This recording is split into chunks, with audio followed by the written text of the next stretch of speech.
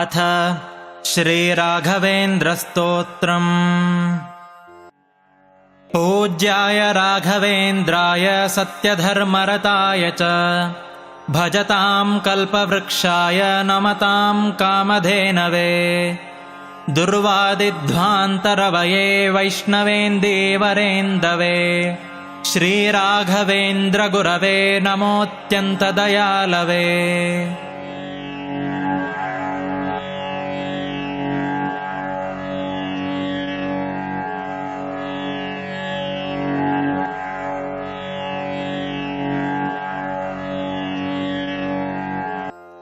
श्रीपूर्णबोधगुरुतीर्थपयोब्धिपारा कामारिमाक्षविषमाक्षशिरस्पृशन्ति पूर्वोत्तरामिततरङ्गचरत्सु हंसा देवालिसेवितपराङ्घ्रिपयोजलग्ना जीवेशभेदगुणपूर्तिजगत्सु सत्त्व नीचोच्चभावमुखनक्रगणैः समेता दुर्वाद्यजापतिगिलैर्गुरुराघवेन्द्र वाग्देवता सरिदमुं विमलीकरोतु।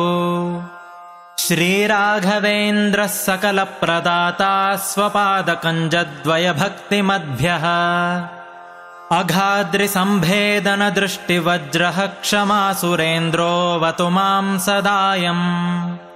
श्रीराघवेन्द्रो हरिपादकञ्जनिषेवणाल्लब्धसमस्तसम्पत् देवस्वभावो दिविजद्रुमोऽयमिष्टप्रदो मे सततं स भूयात्।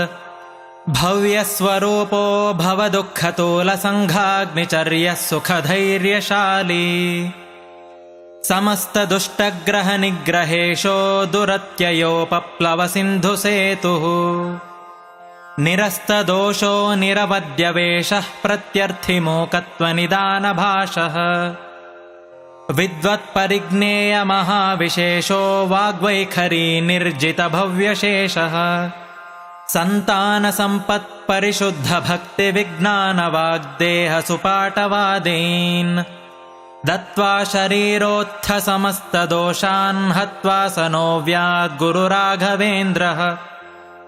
यत्पादोदकसञ्चयः सुरनदी मुख्यापगासादिता सङ्ख्यानुत्तमपुण्यसङ्घविलसत्प्रख्यातपुण्यावहः दुस्तापत्रयनाशनो भुवि महावन्ध्यासुपुत्रप्रदो व्यङ्गस्वङ्गसमृद्धिदो ग्रहमहापापापहस्तं श्रये। यत्पादकञ्जरजसा परिभूषिताङ्गा यत्पादपद्ममधुपायितमानसाये यत्पादपद्मपरिकीर्तनजीर्णवाचः तद्दर्शनं दुरितकाननदावभूतम्। सर्वतन्त्रस्वतन्त्रोऽसौ श्रीमध्वमतवर्धनः विजयीन्द्रकराब्जोत्थसुधीन्द्रवरपुत्रकः श्रीराघवेन्द्रो यतिराट् गुरुर्मे स्याद्भयापहः ज्ञानभक्तिसुपुत्रायुर्यशश्री पुण्यवर्धनः प्रतिवादिजयस्वान्तभेदचिह्नादरो गुरुः सर्वविद्याप्रवीणोऽन्यो राघवेन्द्रान्न विद्यते अपरोक्षीकृतश्रीशः समुपेक्षितभावजः अपेक्षितप्रदातान्यो राघवेन्द्रान्न विद्यते दयादाक्षिण्यवैराग्यवाक्पाटवमुखाङ्कितः शापानुग्रहशक्तोऽन्यो राघवेन्द्रान्न विद्यते अज्ञानविस्मृतिभ्रान्तिसंशयापस्मृतिक्षयाः तन्द्राकम्पवचः कौण्ठ्यमुखाये चेन्द्रियोद्भवाः दोषास्ते नाशमायान्ते राघवेन्द्रप्रसादतः। श्रीराघवेन्द्राय नमः इत्यष्टाक्षरमन्त्रतः जपिताद्भावितान्नित्यमिष्टार्थास्युर्न संशयः हन्तु नः कायजान् दोषानात्मात्मीयसमुद्भवान् सर्वानपि पुमर्थांश्च ददातु गुरुरात्मवित्।